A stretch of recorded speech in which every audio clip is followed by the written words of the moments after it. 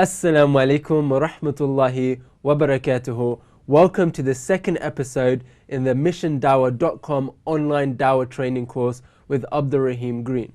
Now, Abdurraheem, the question that I have for you is, previously we discussed the goal wrap method, but what in some situations might happen is that you go through the goal wrap method and the person that you're speaking to might just say, do you know what, I just feel my religion is true, or my parents, I just follow what they follow.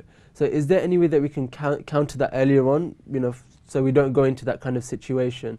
Well, first of all, if a person did say that, I would talk to them about the problem, the issue between subjective and objective truths.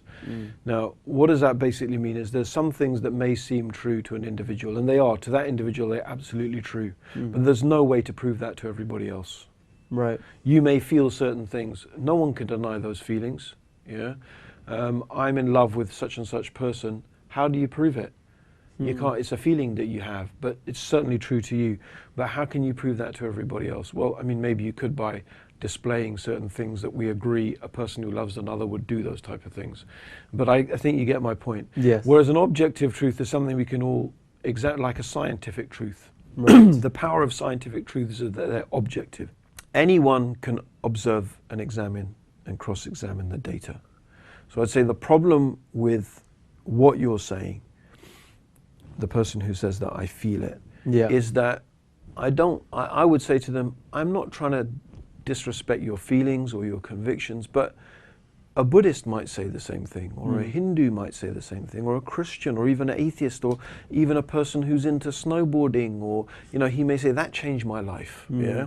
So the fact that something changed your life makes you feel good. Lots of other people can make the claims, and they believe different things. So why is your religion true where everyone else's is not true? And you've got no way of distinguishing except that's what I feel.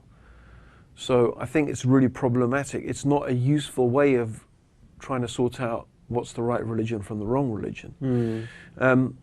But what you can do is counter that, is build into your conversation something that from the very beginning makes sure that when you're having a conversation, this is very useful, when you're having a conversation with someone about a topic as controversial as religion, you need to establish from the very beginning what's the basis on which we're having this conversation. Right. And it's not just I feel that. A person may say, well, I just follow what my parents taught. That's another thing. I'm just following the religion. Isn't that what everyone should do? So from the very beginning, to counter those type of objections, which are not really objections, or to encounter you having to sort of go right back from the beginning, why not introduce from the beginning the idea that we're going to have a conversation and we're going to use our common sense and reason to come to conclusions. Right. So when we make a decision about what's the purpose of life, why are we here, what's this all about, don't you think the best thing to use is the thing we use every day to make such decisions? Common sense and reason. Right. Yeah. So that's the benefit of it. So in Go Wrap, before you Go Wrap, it's very useful if you can. And it depends. I mean, everything depends. Every situation's different. But again, that's my basic. Whenever I can, when I'm having a Go Wrap conversation with people, I get them to agree about the use of common sense and reason, and that's why I use what I call the device, the conversational device of the man in the red underpants. What would you do if a man wearing nothing but, you could use whatever you like. Maybe you don't feel comfortable. Sisters might not feel comfortable, mashallah, about mentioning a man in red underpants. Some sister says the man in the whatever. No problem. That's whatever you feel comfortable with. I used to say, what would you do if a guy with tattoos, love and hate, and dressed in a leather jacket like a Hell's Angel came knocking you and said, I'll come to read the gas meter. Yeah. Okay, what would you do? Most people say, I tell him, I wouldn't even answer the door. I'd tell him to go away. And I say, well, why? Why would you do that? Well, because he doesn't look like the gas man. I say, okay, so what process did you use to come to that conclusion? And what we're trying to get from them, and if they don't say it, you can Sure. offer it to them. It's actually a basic type of reasoning. This is reasoning at its most basic fundamental level. What I do is compare what I know, the information I know. The man who reads the gas meter usually looks like this, wears this, has this computer thing, you know, has a uniform, has an ID badge. There's certain things that we know from our experience. Yeah. And this does not match the experience. So that analysis, comparing those two things, this is reasoning. This is us reasoning. In this instance, it happens on a very fast level. Sometimes reasoning takes a long time. But the process that we use to make sense of what's going on around us is reason. Right. That's what we use. So if we use reason for something like this, and why would you not let this guy into the house? Because you're afraid he may rob you or something worse. If you're using reason to protect your life and your property, how about something potentially even more significant than that? The very meaning of life itself. Don't you think we should use reason to try and understand what's the meaning of life? Why are we here? What's it all about? And that's why, by the way, the whole purpose of life is a really good device as well, a conversation starter. Yeah, sure.